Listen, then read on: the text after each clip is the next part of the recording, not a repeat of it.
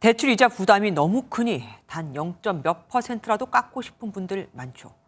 사실 이미 대출자들에게는 은행에 금리를 낮춰달라고 요구할 권리가 있습니다. 바로 금리 인하 요구권인데 하지만 실제로 받아들여지는 경우는 많지도 않고 이런 제도를 아예 모르는 분도 많아서 금융당국이 팔을 걷어붙였습니다.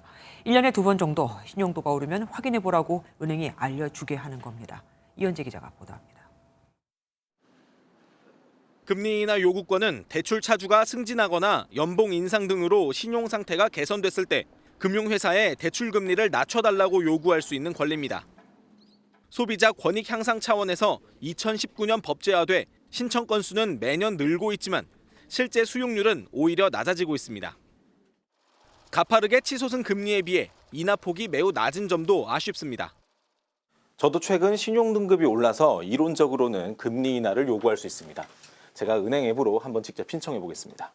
작년에는 거절당했었는데 이번에는 0.02%포인트 인하에 성공했습니다. 하지만 사실 월 이자로 따지면 몇천 원 정도 수준입니다. 신청에도 거절당하기 일쑤고 거절 사유도 잘 알려주지 않다 보니 금리 인하 요구권 무용론이 쏟아졌습니다. 보다 못한 금융당국이 적극 나섰습니다. 우선 금리 인하 실적 정보를 더 상세하게 공개하겠습니다.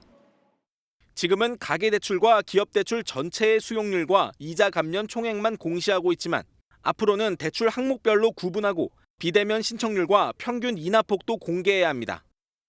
수용률을 계산할 때는 신청 건수에서 중복 신청 건수를 제외해 통계 신뢰도를 높이기로 했습니다. 1년에 2번 기계적으로 문자 메시지를 보내 홍보하던 방식도 은행 등 금융회사가 신용도가 오른 고객에게 6개월에 한 번 이상 선제 안내하는 방식으로 개선합니다. 어떤 경우에 금리 인하가 가능한지, 거절당했을 때는 왜 거절당했는지 등 관련 정보도 더 상세히 제공하겠습니다.